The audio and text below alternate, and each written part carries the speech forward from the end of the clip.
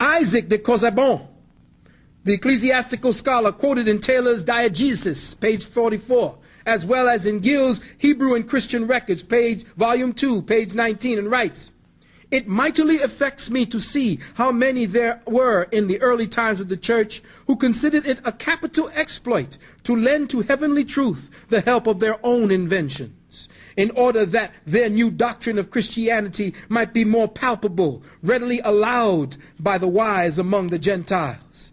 These officious lies, they were wont to say, were devised for a good cause."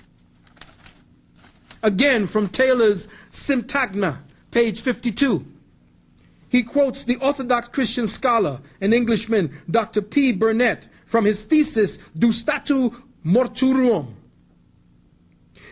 Quote, "He purposely wrote his thesis in Latin that it might serve for the instruction of the clergy only, and not come to the knowledge of the laity, because too much light is hurtful for weak eyes."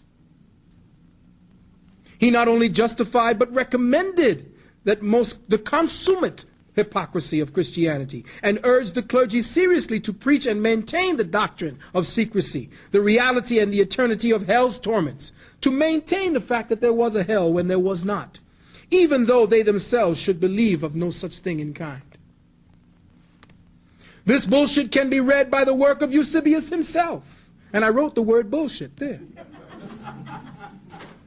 He writes a ridiculous story about a king named Agabus who wrote a letter to Jesus, and what Jesus wrote back in reply. This was in the Ecclesiastical Histories, Book 1, Chapter 14. Now here's a gem for you good Christians to check up on. Paul, the so-called apostle, admits to forging, lying, and deceiving for the sake of Christ. Let's turn to Corinthians 12, verse 16.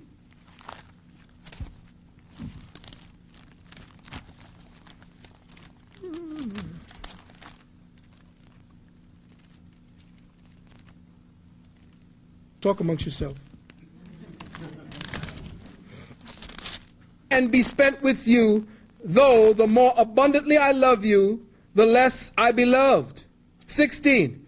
"But be it so, I did not burden you, nevertheless, being crafty, I taught you with guile."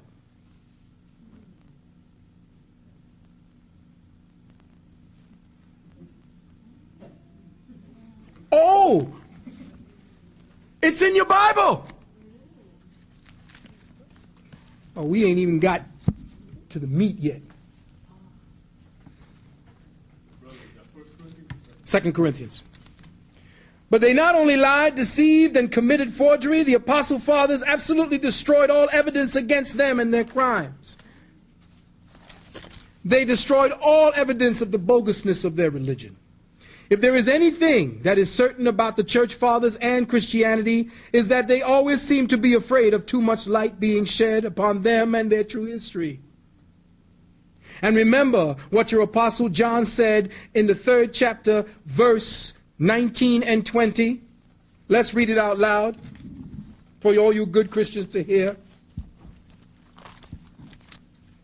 We'll go to John.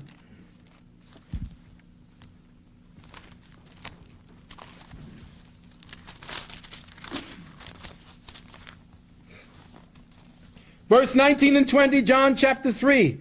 "And this is the condemnation, that light is come into the world, and men loved darkness rather than light, because their deeds were evil." 20. "For every one that doeth evil hateth the light, neither cometh to the light, lest his deeds should be reproved." Everything about Christianity and its beginnings have been buried in the Vatican, away from the light. And what did they tell you about those who bury the light, the truth? They hateth, because their deeds are evil.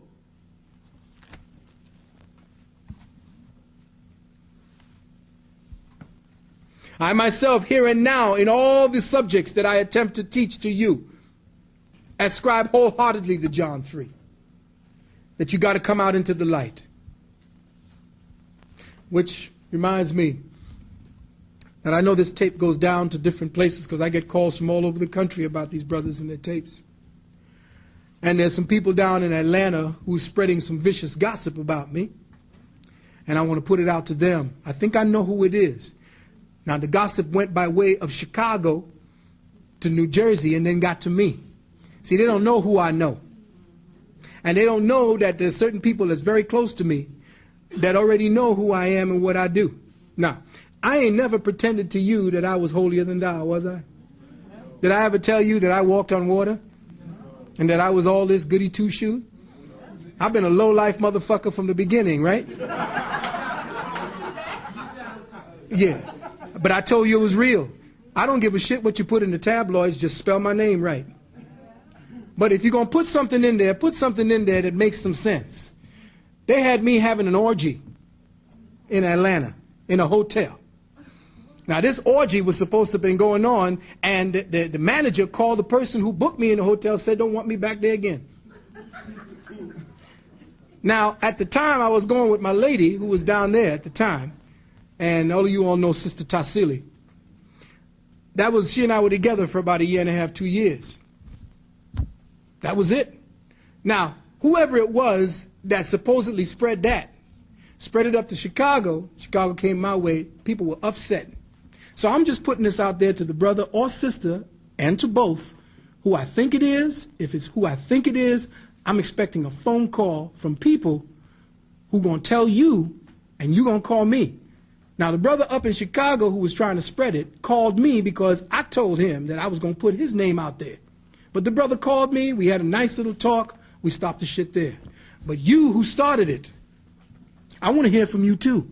Because if I don't hear from you, I'm going to go the way of Bobby Hemmett. I'll put it out there. Enough said.